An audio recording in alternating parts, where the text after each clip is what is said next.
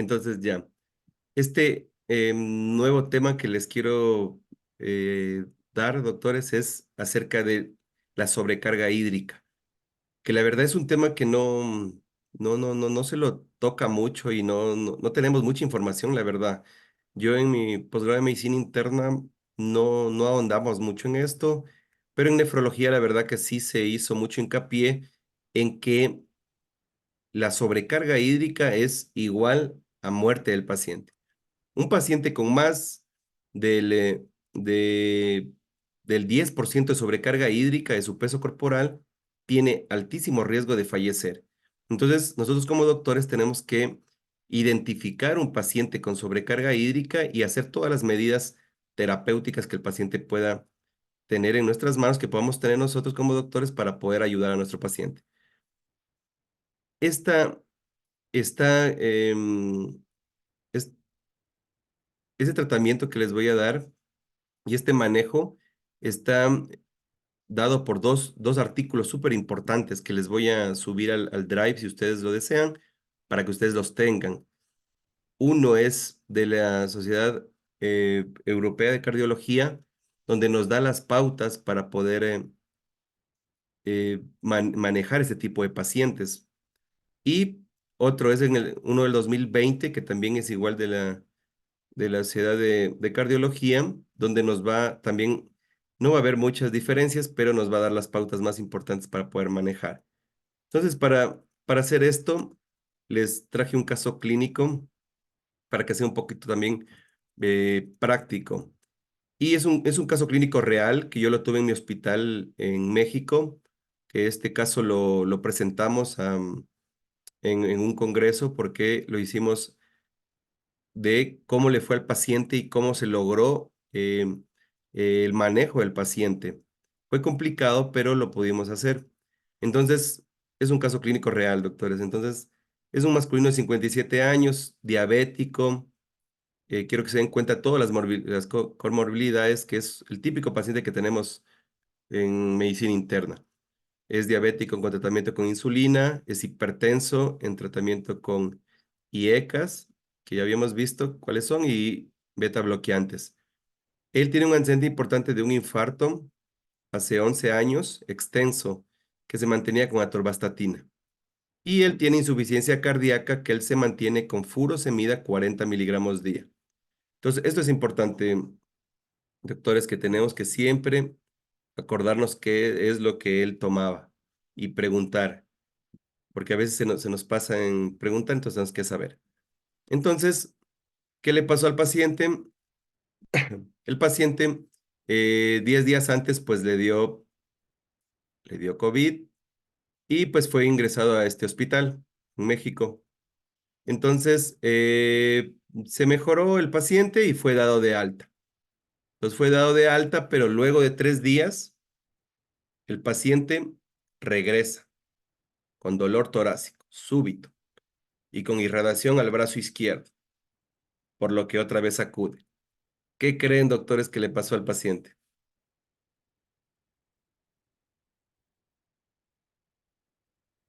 ¿Qué piensan que le pasó de nuevo a nuestro paciente o qué le pasó en este caso?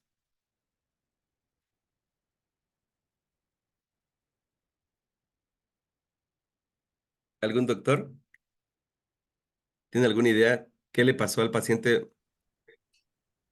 Tal ¿Qué es vez lo un más síndrome probable? coronario de nuevo. Eso, de nuevo el paciente se reinfarta. Recuerden que es un paciente con insuficiencia cardíaca, post-infarto, ya le quedó con insuficiencia cardíaca, pero que le dio de mala suerte al pobre paciente, le dio COVID, y el COVID ya saben que lo inflama al paciente, lo estresa, y pues el paciente de nuevo otro infarto. Entonces ahí el paciente pues se complica.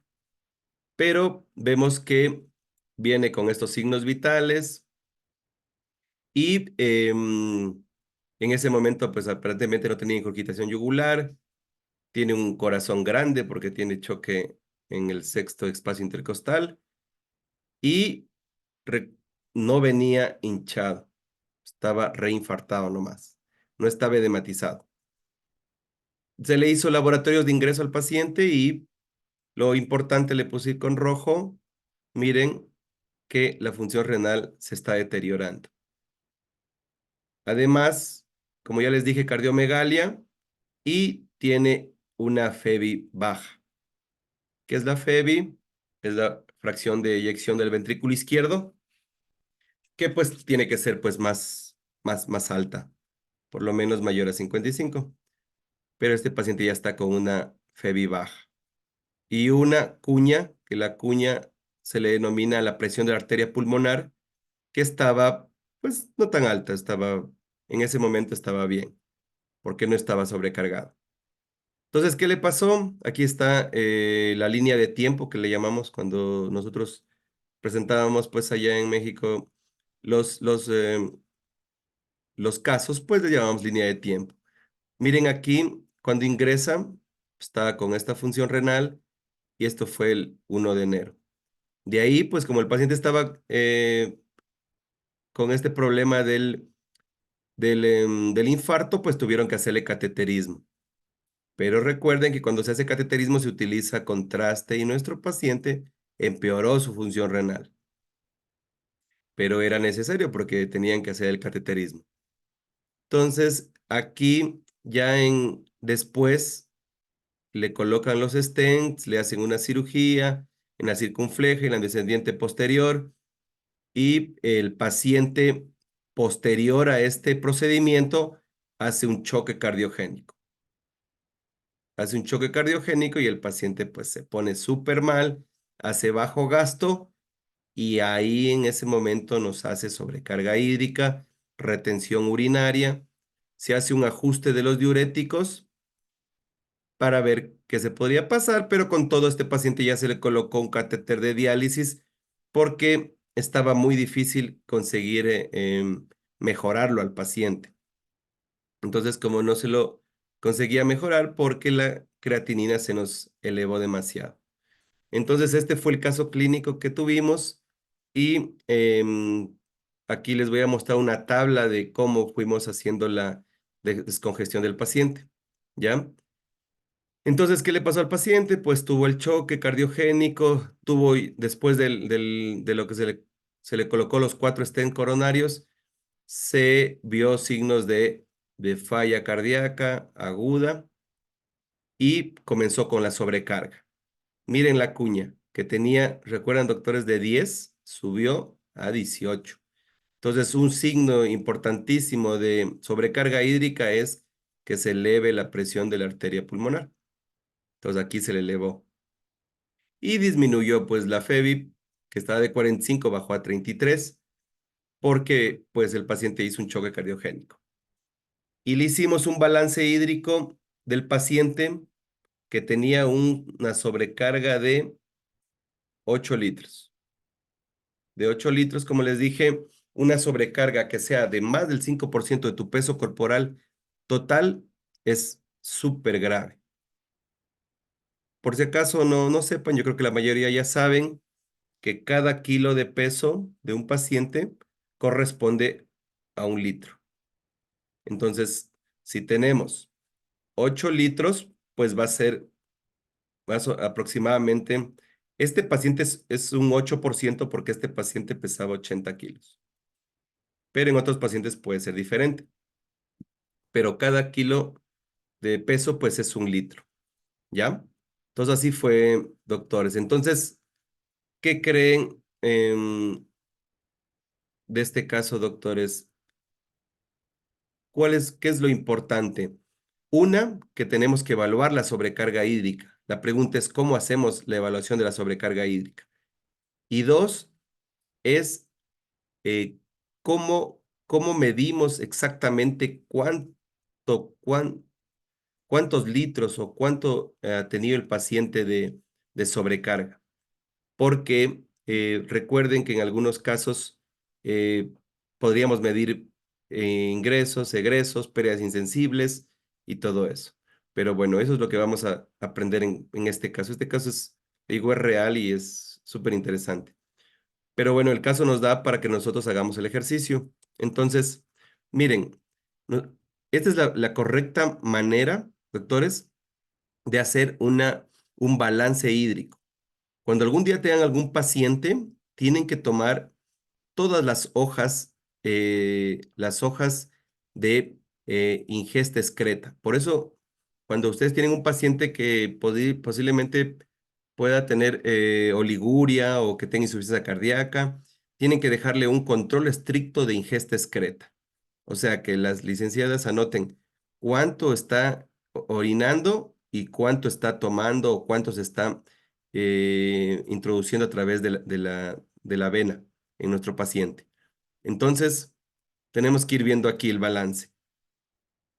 Cuando hacemos en un paciente que estamos haciendo estos balances, no se toman las pérdidas sensibles, solo las pérdidas a través de la uresis, ¿ya? Tenemos que ver cuánto ingresó. Aquí tenemos que ver ingresos son vía oral y intravenosos y cuánto excretó el paciente. Y vas sacando un balance. El balance, cuando el paciente tiene, cuando el paciente tiene un balance que es, ¿cómo podría explicarles? Cuando el paciente orina más de lo que se queda, es un balance negativo. O sea, cuando el paciente está perdiendo bastante líquido. Pero cuando el paciente está reteniendo líquidos, cuando el paciente retiene líquidos, se llama un balance positivo. Eso sí, sí quedó claro, ¿no es cierto, doctores? O sea, cuando el paciente pierde más de lo que ingresa, tiene un balance negativo. Y cuando el paciente gana más de lo que se excreta, es un balance positivo. Entonces, aquí vamos haciendo. Entonces, todo lo que es las excretas son negativos y todo lo que es el ingreso es positivo. Entonces, aquí vamos viendo, miren, aquí vamos viendo cómo nuestro paciente primerito tenía un balance de 728, tenía negativos, él orinaba, porque orinaba bien, estaba orinando bien, aquí tenía ya de 328, pero pues ya nos comenzó a hacer ya balances positivos. Ya vimos aquí que nos comenzó a hacer un balance ya positivo de 536. Eso quiere decir que él ya está reteniendo estos 500 ml. Y luego de que tuvo ya el problema del choque cardiogénico, imagínense, se nos subió el balance positivo a 3000 y llegó a un balance, imagínense, doctores, de 9 litros el paciente y que él ya tuvo todos estos problemas, estertores, edema, cuña de 18 y que esto le provocó que el paciente tenga una retención importantísima de líquidos. Entonces, aquí está todo lo que hicimos nosotros. Fuimos con nuestro paciente, todo en la descongestión, doctores, es furosemida. Furosemida en primera línea y en segunda línea les damos, ya vamos a ir viendo esto cómo se lo hace. Pero siempre tomamos en cuenta el sodio urinario, ¿ya? Entonces, eso es lo que nosotros hicimos, pero el paciente al final, como tuvo una sobrecarga hídrica tan importante, pues no se pudo realmente, se pudo mejorar el estado del paciente, digamos, se pudo mejorar, pero el paciente al final no soportó, pero no por lo que hicimos mal nuestra descongestión, sino que eh, el paciente tenía demasiadas comorbilidades y aparte sus reinfartos, pues no resistió la terapia descongestiva. Entonces, como se dieron cuenta, desde el 8 que se lo tuvo al paciente, se lo tuvo hasta más o menos 10 días casi en terapia descongestiva y se fue haciendo todo lo que vemos aquí. Entonces, se comenzó con furosemida. Furosemida, miren, solo quiero que vean las dosis que estábamos haciendo. ¿Se acuerdan que la última vez hablamos que se hace un reto de furosemida cuando el paciente no está orinando con un bolo por kilo de peso? Entonces, eso es importante, que se tiene que dejar primeramente, se da un bolo y si el paciente responde, se deja una bomba de furosemida. Se podría dejar o se puede dejar en dosis cada 4 horas, cada 6 horas. Entonces, nosotros aquí dejamos primerito un bolo. Luego, después del bolo, dejamos infusión continua a 10 miligramos hora. Restricción de líquidos y ureas horaria y sodio urinario. Luego mantuvimos la bomba de furosemida. Si el paciente no está orinando bien, se puede volver a dar bolos de furosemida a pesar de que tengamos la bomba de furosemida.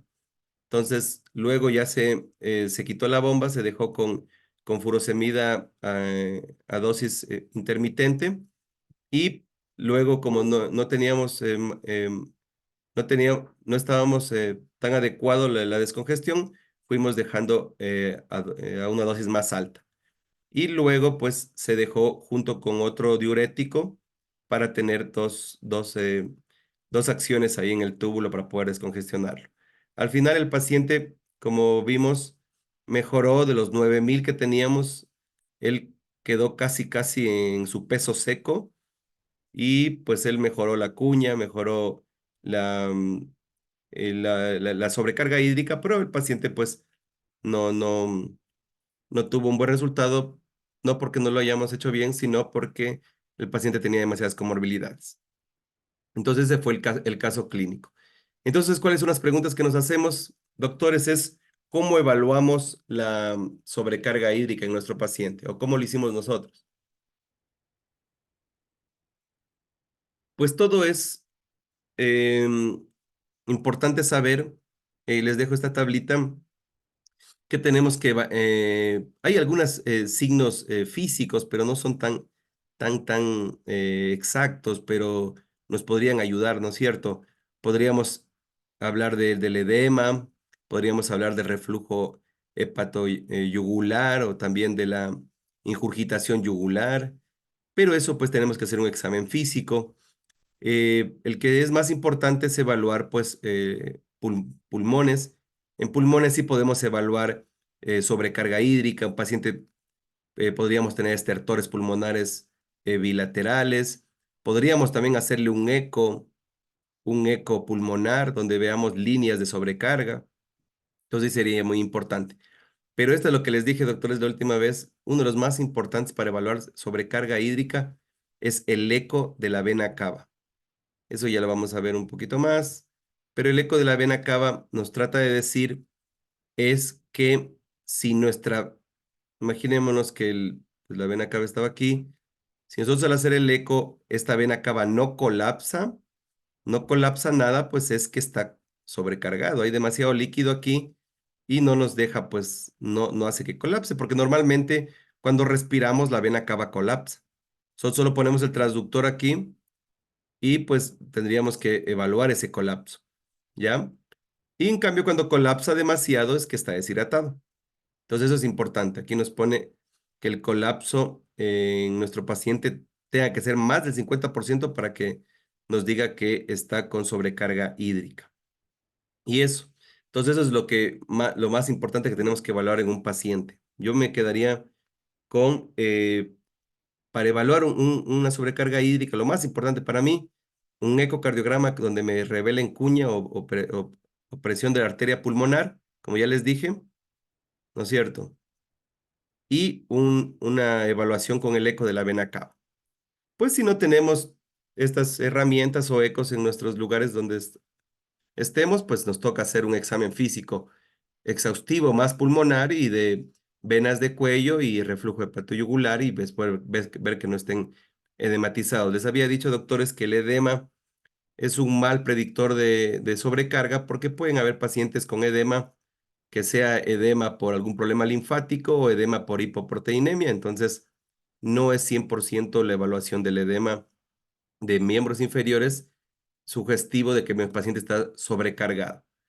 Entonces, esta tablita también se me hace súper interesante y muy didáctica, porque aquí, pues ya ven, aquí es congestivo y aquí es eubolémico, ¿no es cierto? Y todo lo que les acabo de decir, doctores, para que ustedes lo pongan en práctica, pues tenemos ¿qué evalúas en un examen físico? Pues, claro, ortopnia, el, ¿no es cierto? Si es que existe reflejo hepatoyugular, hepatomegalia, ingurgitación yugular, que hay edemas y que tenga disnea mi paciente, pues no nos quiere decir que cuánto nuestro paciente podría eh, qué actividad podría hacer, pues, si ya tiene disnea, si tiene disnea severa, pues ya sería que el paciente está congestivo.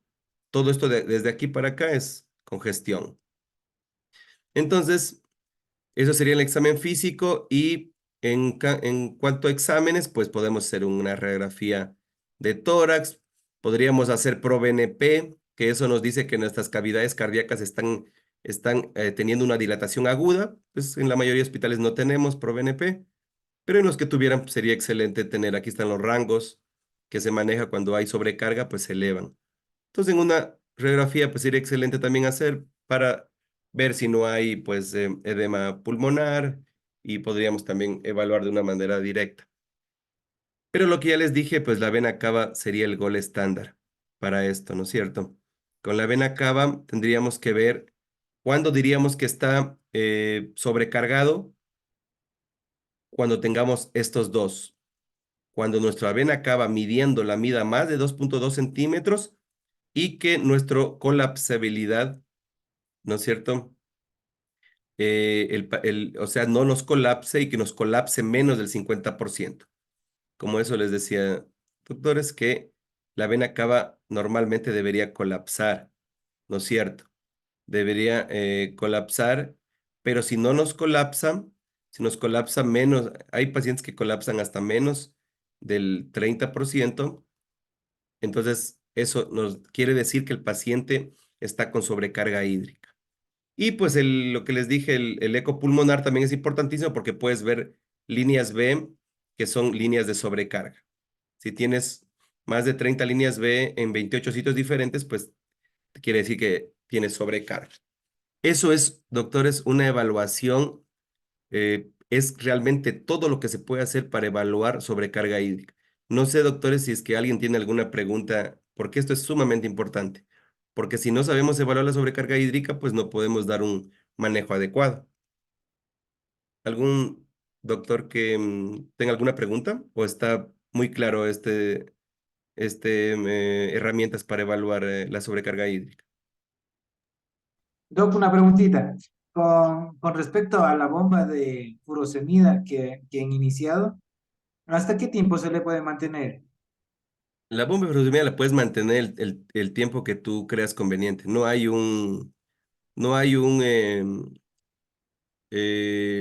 ¿cómo te digo? No hay un horario que digamos un Fecha. 24 horas, 48, dependiendo de lo que tú evalúes. Hasta el momento que tú ya lo tengas a tu paciente euvolémico. Pero si me sigue subiendo la urea y la creatinina, me sigue aumentando a pesar de la bomba. Ahorita justo vamos a ver el algoritmo. Después de lo que más lo que te decía, doctor, es que si tienes alguna pregunta de cómo evaluar, porque justo ahorita pasamos al algoritmo. Justo ahí se responde tu pregunta. Oh, Pero de esta no hay ninguna pregunta, ¿no es cierto?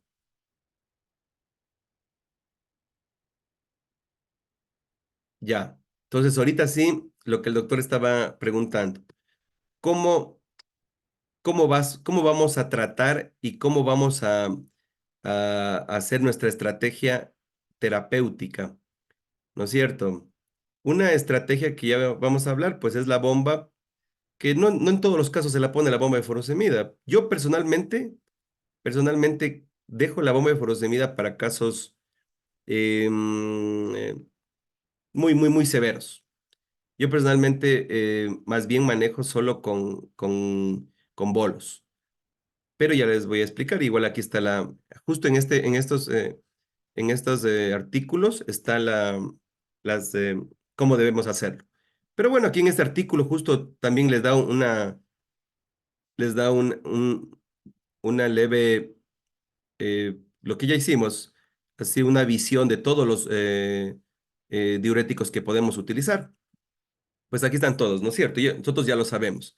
El artículo nos quiere enseñar, pero nosotros ya lo sabemos porque hemos estado en el curso, ¿no es cierto? Estos son todos los más importantes diuréticos que hay, ¿ya? Miren lo que les dije, ¿no es cierto? ¿Cuáles son los más importantes? Acetazolamida también es importante, pero no lo utilizamos mucho. Es un inhibidor de la anhidrasa carbónica que nos ayuda también como diurético. pero ya habíamos hablado de los SLGT2, ¿no es cierto? Recuerden, los diuréticos de ASA, que son los más importantes, que bloquean el NKCC2, las tiazidas, que ya sabemos que bloquean aquí, y los antagonistas de los mineralcorticoides, que ya sabemos, ¿no es cierto?, que bloquean a este nivel, entre ellos la espironolactona. Y pues los baptanes, que estos actúan más en las acuaporinas, pero estos también, la verdad que no los utilizamos. Entonces, nosotros ya sabemos esto, pero esto está en el artículo, pues si el que quiera igual leer más de diuréticos, aquí está detallado de cada diurético, cómo actúan, en qué casos se los da, cuál es su aporte en cuanto a la reabsorción de sodio, todo lo que ya hemos hablado, lo que habíamos hablado que aquí, pues miren, justo lo que ya hablamos se vuelve a repetir, que es lo de la reabsorción de sodio. Entonces, ¿qué nos dice aquí? Que tenemos que, ¿cuál es lo importante de dar estos medicamentos? Es que, como nos damos cuenta, si bloqueamos más proximal, miren cómo vamos, mire, esta es la furosemida, ¿no es cierto? Furosemida y furosemida, ¿no es cierto? Y esta es la eliminación que tiene del sodio. Entonces, ¿qué decíamos? Que cuando nosotros, cuando bloqueábamos con furosemida, bloqueábamos el NKCC2, va a haber una eliminación de sodio importante inicialmente. Pero como va pasando el tiempo, va sensándose y ya no va a haber eliminación de sodio. Por eso, el sodio urinario nos sirve solo en las primeras horas cuando estamos en nuestra terapia. Ese es el algoritmo que lo da aquí el artículo y esto es lo importante que tenemos que preguntar cuando ya tenemos nuestro paciente con sobrecarga. Entonces, tenemos paciente con sobrecarga hídrica, ¿qué hacemos? Si no toma diurético, pues podemos comenzar con una dosis baja, que podría ser, ¿no es cierto?, por lo menos 2 veces al día. Porque recuerden que la vida media de la furosemida igual pueden evaluar y pueden verlo ustedes en el artículo. La vida media es de 4 a 6 horas de la furosemida. Pero en estos casos, pues si no ha tomado nunca diuréticos, no sabemos cómo será la respuesta al diurético del paciente, se le deja 40 cada 12 horas. Mm, Inicialmente, si no ha tomado el paciente nunca diuréticos, ¿no es cierto? 40 miligramos cada 12 horas. Ya. Pero si el paciente ya ha tomado diuréticos o ya viene tomando diuréticos, recuerden que este es vía oral, entonces se le deja, en algunos casos se le puede dejar la misma dosis del paciente o se le dobla igual la dosis. Recuerden que nuestro paciente tomaba 40 miligramos vía oral, entonces igual se le puede dejar 40, pues 2 veces al día. Entonces, le dejamos esto intravenoso, porque todo esto es intravenoso, y hacemos una recolección de orina. Tenemos que evaluar sodio urinario. ¿Y qué es lo que tenemos que evaluar en nuestro paciente que iniciamos la terapia descongestiva? Tenemos que evaluar, ¿no es cierto?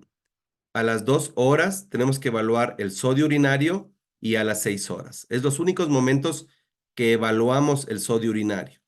Cuando elevamos una dosis de furosemida, supongamos ya después por acá, otra vez podemos volver a evaluar, porque si se aumenta la dosis, se vuelve a volver a aumentar la carga de sodio en el túbulo. Entonces, ¿qué nos dice la guía? Que para que estemos bien nosotros con una respuesta adecuada a nuestro tratamiento que hemos iniciado con furosemida, tiene que cumplir con esto, tiene que tener un sodio urinario entre 50 y 70 equivalentes. ¿Cuál es lo normal de sodio urinario, doctores? Lo normal es 20 equivalentes. Es lo que tendríamos que tener normalmente, pero miren, aquí le aumentamos porque le estamos bloqueando el NKCC2 y estamos haciendo que inicialmente hasta las 6 horas, pues el paciente eh, pueda eliminar un poco de sodio por la orina. Y también tenemos que ver que nuestro paciente nos esté orinando a este rango. Este es el rango que tiene que el paciente orinar, a 100 a 150 ml hora. Eso es lo que tiene que orinar un paciente con una terapia congestiva. Es como que lo estamos llevando a un estado poliúrico nuestro paciente. Recuerden que nosotros no orinamos normalmente tanto, porque si hacemos un estudio y vemos cuánto es esto, pues esto es a una uresis alta. Pero eso es lo que queremos lograr. Cuando estamos descongestionando a nuestro paciente, lo estamos llevando a un estado de poliuria transitoria hasta que él se descongestione. Entonces, ¿qué nos preguntamos? ¿Hemos cumplido con esto? ¿Tenemos sodio urinario a este nivel? ¿Tenemos orina a este nivel? Si lo tenemos, pues volvemos a evaluar congestión. Lo mismo todo lo que ya vimos hace un momento. Hacemos vena cava, hacemos eco, hacemos RX de tórax, hacemos evaluación física. Si persiste congestión, pues mantenemos el mismo tratamiento que ya le habíamos dejado, ¿no es cierto? Y le seguimos administrando los medicamentos. Pero si el paciente no está cumpliendo, no está orinando bien, no tenemos un sodio urinario a este nivel, doblamos la dosis de diurético. Teníamos 40 cada 12, pues dejamos 80 cada 12 horas. Y ve, ¿ya? Entonces, asimismo volvemos a hacer a las 6 horas, hacemos un nuevo control, ¿no es cierto?, de sodio urinario y vemos cómo ha estado orinando por hora. Si el paciente cumple ahora sí ya con lo que queríamos, cumple con estos dos requerimientos, pues evaluamos otra vez volumen y vemos si es que el paciente requiere mantener esta terapia agresiva. Pero si el paciente no me responde, entonces yo tengo que, en cambio, ya puedo llegar a, a seguir duplicando la dosis. Recordemos que la dosis máxima de furosemida es 600 miligramos. Como le digo, el efecto adverso más alto, más peligroso de la furosemida en una terapia incongestiva es que le produzca una hipoacusia. Pero pues estos son pacientes muy graves y que podrían fallecer y pues por ahora la hipoacusia no sería pues no es lo que nos debería preocupar. Lo que nos debe preocupar es que nuestro paciente si no lo descongestionamos va a fallecer. Entonces, ¿qué tenemos que hacer? Tenemos que ver que en 24 horas nuestro paciente esté orinando por lo menos 3 litros a 4 litros al día en 24 horas. ¿Ya? Como les dije, tiene que orinar 100 ml hora. O, ¿no es cierto? O 3 a 4 litros al día. Ahí está efectiva nuestra terapia. Si en nuestro paciente hemos llegado a una dosis máxima ya de diurético en 24 horas, no sé, ustedes dirían, si tuvimos, ¿se acuerdan que teníamos 80, estábamos 80 cada 12 y vimos que no respondía nuestro paciente, pues le dejamos 80 miligramos cada 8, ¿no es cierto? Entonces, ¿cuánto iríamos ahí? Iríamos 8 y 6, vamos con 240 miligramos día de furosemida. Estamos en una dosis buena, pero si todavía requerimos, podríamos subir igual más. Como les dije, en la mayoría de los casos, con 80 miligramos cada 8, pues obtienes muy buenos resultados, pero si tú quieres subir a más de eso, podrías subirle a 80 miligramos cada 6 horas. Entonces ya tienes 8, 16, 24, 32. Estás con 320 miligramos ya de dosis, que es una dosis, la verdad, buena. Pero recuerden que ustedes pueden llegar hasta 600 miligramos. Ya es su estrategia que ustedes quieran hacer. Yo personalmente he llegado máximo hasta 320 o hasta 360 miligramos de mi experiencia, que yo he estado con mis pacientes, pero cada quien podría tomar su decisión. Aquí está la guía y se puede tomar la decisión.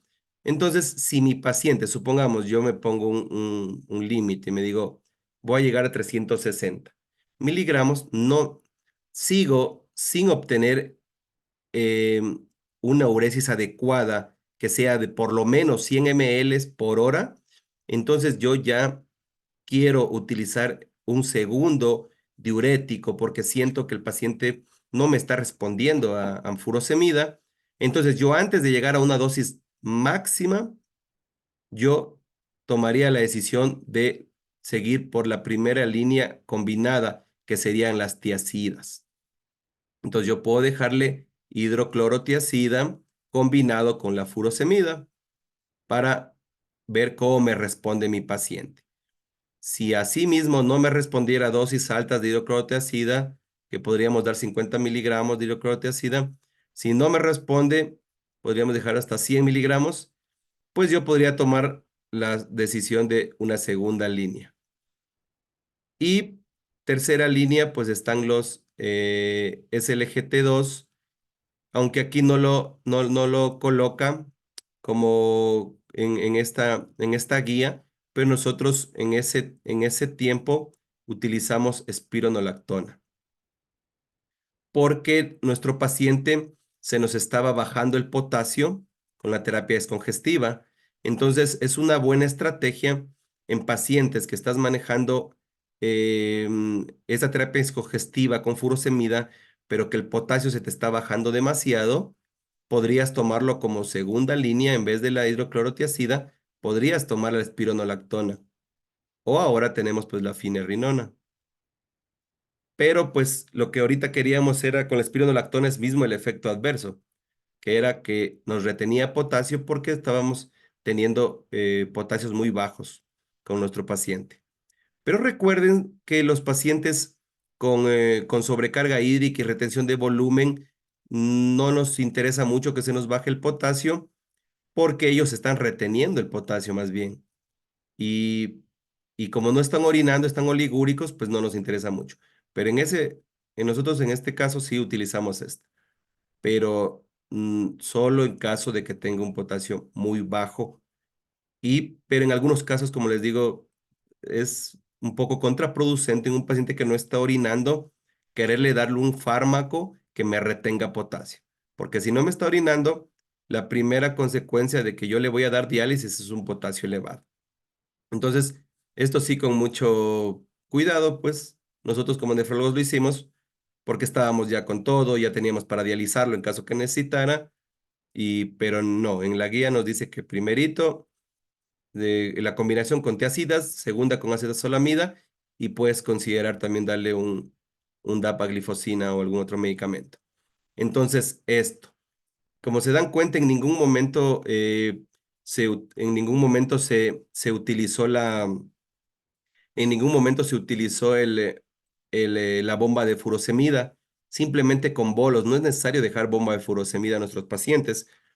Em, yo la verdad personalmente no utilizo bomba de furosemida. La bomba de furosemida la solemos dejar solo en casos donde no hay cómo dejarle o sea, exactamente las dosis. Pero es mejor para mí, se me hace mejor dejarle con solo así eh, cada 8 horas o cada 6 horas, puedes dejarle nada más. Recuerden que algo les quería decir para recordarles a todos que cuando tengo un paciente que está oligúrico, como este paciente, tú podrías, supongamos, tenemos un paciente que viene con sobrecarga hídrica y está oligúrico, más bien dicho, no oligúrico, sino viene anúrico, pero con sobrecarga hídrica. Entonces ahí hago lo que les dije la última vez, hago el reto de furosemida, que es darle la furosemida a 1 miligramo por kilo. Entonces damos 1 miligramo por kilo, supongamos este paciente pesaba 80 kilos, le damos, eh, le damos 80 miligramos de furosemida y B en bolo, ¿ya? Y ahí vemos también, ahí evaluamos en cambio a las 2 horas. Si mi paciente responde es que me orinó igualito, 100 por hora, ¿no es cierto? Entonces a las 2 horas tendría que haberme orinado 200 ml. Si no me orina esto, si el paciente me orina 50, 70 o no me orina nada, se denomina un- una, una falta de respuesta al reto de furosemida. Y esto nos trata de decir que nuestro paciente ya no va a responder y ya no hay que darle más diuréticos, simplemente este paciente va a diálisis, ¿ya? Esto lo podríamos dejar en pacientes que no están orinando nada.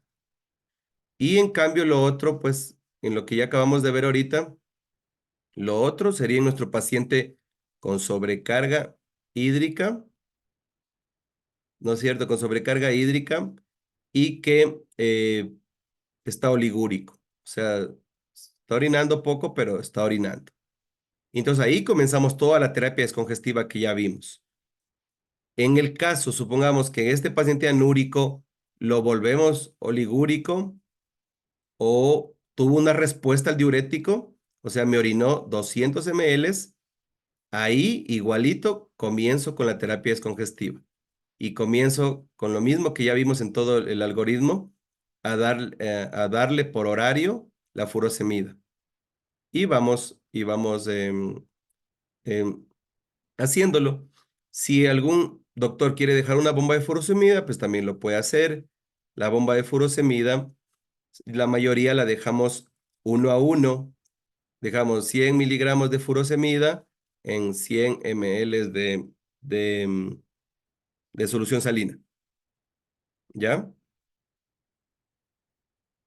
O lo suelen dejar 2 a 1, 200 miligramos de furo en 100, ¿no es cierto? Entonces simplemente tenemos que ir nosotros dejando a la dosis que nosotros hayamos evaluado. Supongamos, hagamos la conversión, porque teníamos que dejar, ¿no es cierto? Lo primerito que le dejamos al paciente es 40 miligramos cada 12 horas. Entonces, para dejarle nosotros 40, nosotros para dejarle estos mismos 80 miligramos en 24 horas, pues simplemente debemos de hacer la conversión, ¿no es cierto? Aquí en nuestro paciente que le hagamos la bomba de furosemida, simplemente haríamos la conversión de en cuántos ml pasaríamos, porque es 8, supongamos que yo le deje a 10 ml hora la bomba. Voy a estar pasando, si es 1 por 1, voy a estar pasando 10 miligramos por hora, ¿no es cierto? Y ustedes tienen que ver a cuánto voy a llegar. Si se dan cuenta que voy a llegar a dosis súper altas, porque si es 10 miligramos por hora, ¿cuánto pasaría en 24 horas? De ahí haciendo el cálculo. Si le paso 10 miligramos por hora. ¿Tienen ahí, doctores, para que hagan el cálculo?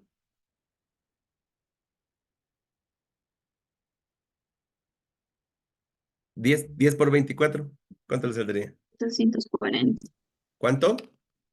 Dieron 242. Eso. Si ven, entonces ahí se vería la necesidad. Solo en caso de que tengas dosis altas de furosemida que quieras pasar, pues utilizas la bomba. Porque para pasar dosis muy, muy bajas, pues no sería tan adecuado la bomba. Entonces, la única utilidad que un poco le veo sería en dosis un poco altas. Pero yo, como les digo, doctores, casi personalmente no la coloco. Pero si uno quiere utilizarla, pues así es la manera. Simplemente ver cuál dosis tú le dejarías por horario y le dejas en bomba.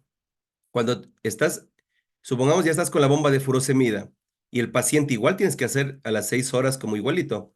Tienes que hacer la evaluación. No te está orinando adecuadamente, tú elevas la dosis, ¿no es cierto? Y dices, ya no le voy a dejar 10, le voy a dejar 12 miligramos, 12 miligramos por hora. Y pues ahí tú tienes que evaluar cuánto le vas a pasar ahí, cuánto le subiste de dosis.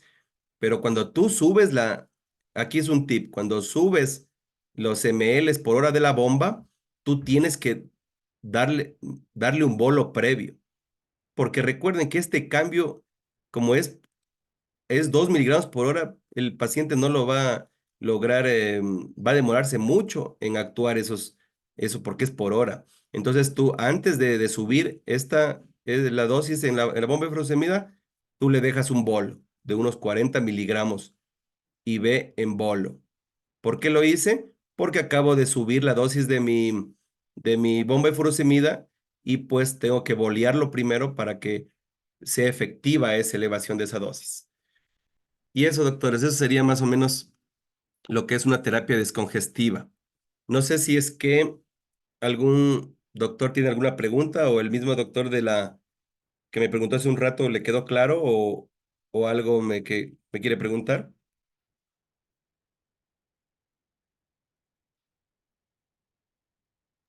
Juan ¿Quedó claro, Carlos. doctores? ¿Alguna pregunta? ¿Se entendió? ¿O se hizo un poco confuso? Juan Carlos estuvo por ahí preguntando, el doc. ¿El resto de doctores, No, todo bien? ¿Se perdón, entendió? sí, con el reto de la furosemida es inicial. Claro. Si no orina, podemos iniciar con bolos o puede ser alternados. Ahí no tengo claro. No, no. Das el reto de furosemida. Si el paciente no orina, con el reto que es a 1 por kilo, que es una dosis alta en bolo, tu paciente va a diálisis. ¿Sí me entiendes? Ah, ahora sí, ya. Si Es no un orina, criterio para diálisis entonces, si, si no te orina, anuria. si no te orina el paciente con un reto que es recuerden, verán, les vuelvo a repetir, el reto de furosemida es en un paciente anúrico.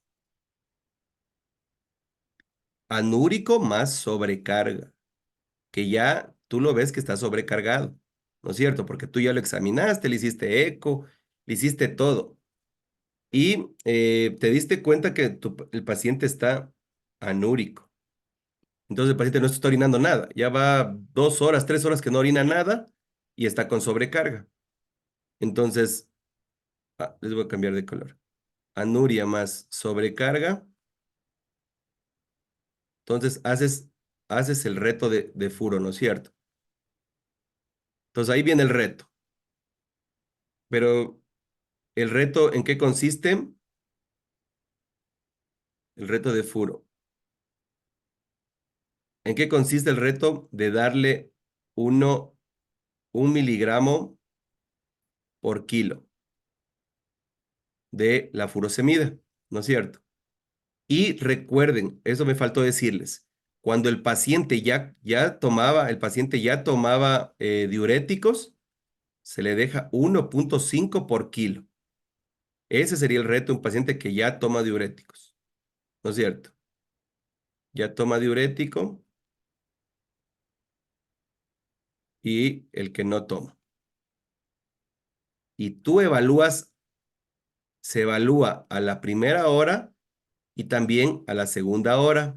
Y el paciente tiene que orinarte igual, 100 ml hora. Y a las 2 horas tiene que orinarte 200 ml.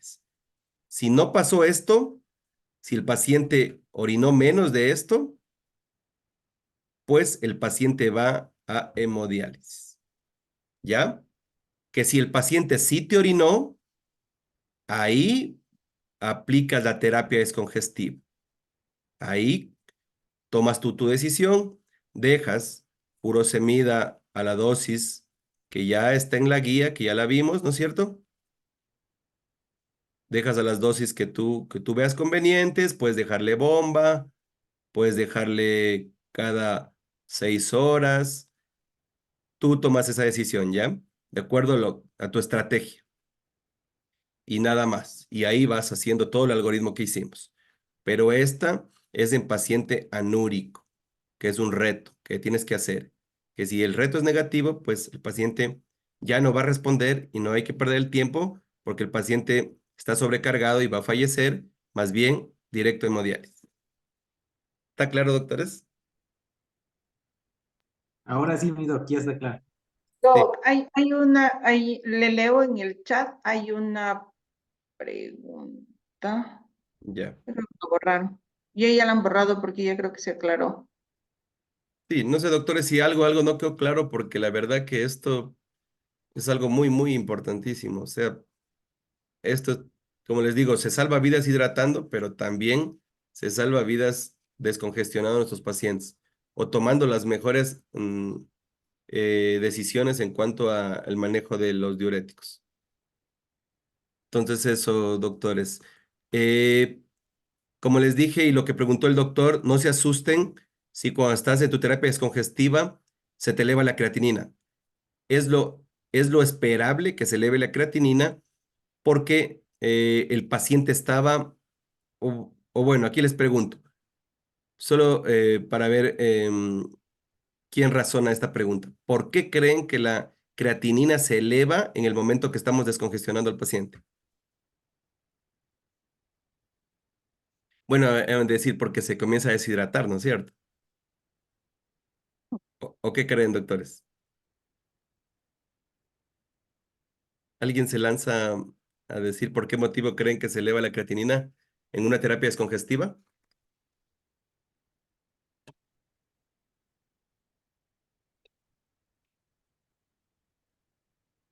Bueno, Y quedaron. no, sí está, Por la hiperfunción del riñón.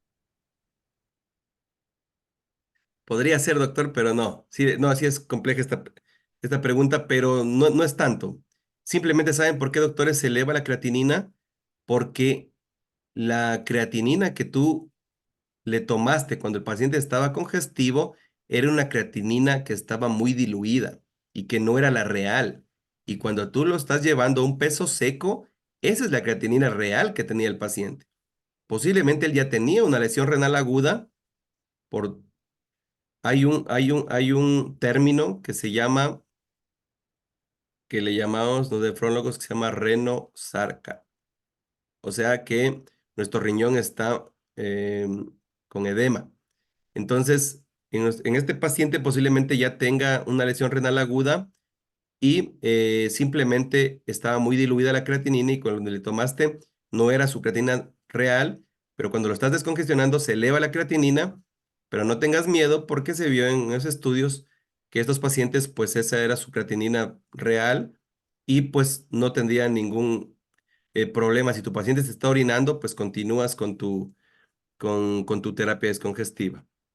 Y pues igual, como te dice, como lo que le dije al doctor hace un momento, es mejor las dosis múltiples. No han visto que sea mejor o que disminuya la mortalidad o que sea mejor la terapia descongestiva con las bombas de furosemida. Por eso la verdad que ya no estamos manejando mucho bombas, pero no hay problema. Si tú quieres utilizar una bomba de furosemida, utilízala.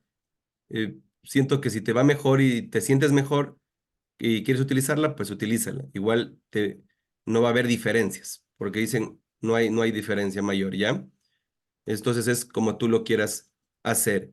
Y como les digo, tenemos que siempre saber cuáles son estas dosis máximas de diurético que nosotros queremos llegar y tenemos que apoyarnos pues en las dosis también de los otros diuréticos que tenemos.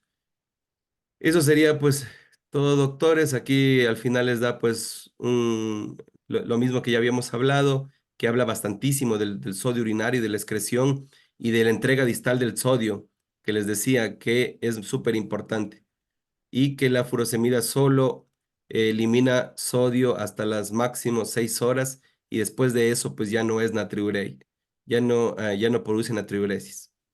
Entonces eso es sumamente importante. Esto fue como que volvieron a hacer en el 2020 una nueva evaluación donde pues sintetizaron todo lo que ya habíamos hablado, pero la verdad que no hay mayor cambios en todo lo que se hizo en el 2020 porque son los dos artículos, tanto en el artículo del 2019 y en el 2020 simplemente no hay cambios porque como nos damos cuenta, aquí nos dice, en cambio, que aquí nos pone más alto. Lo único que cambió, miren, aquí nos pone un poco más alto la uresis, que debería ser por lo menos más de 150 por hora. en nuestro paciente y el sodio urinario se mantiene en 50 a 70 y que cuando tú, aquí lo que habíamos hablado hace un momento, en que cuando tengas una dosis ya por lo menos de 300 miligramos de furosemida, ya estés pensando en darle un segundo diurético para que no llegues a dosis tan elevadas de furosemida. Y eso, pues nada más.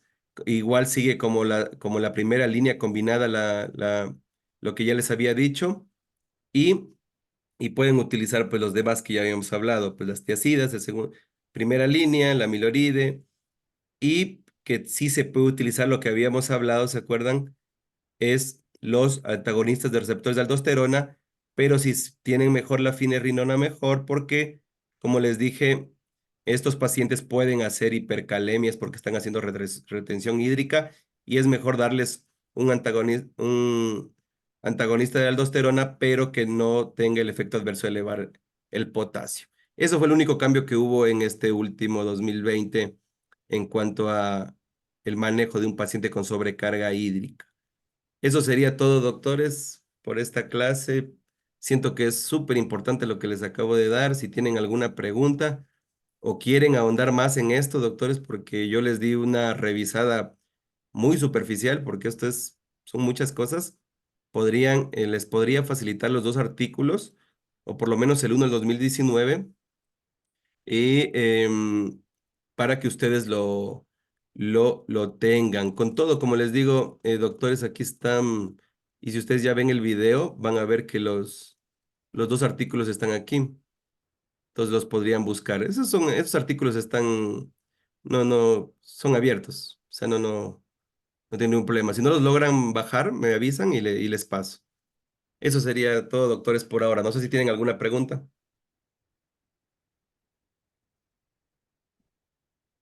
Listo, doc. Voy a detener. Chicos,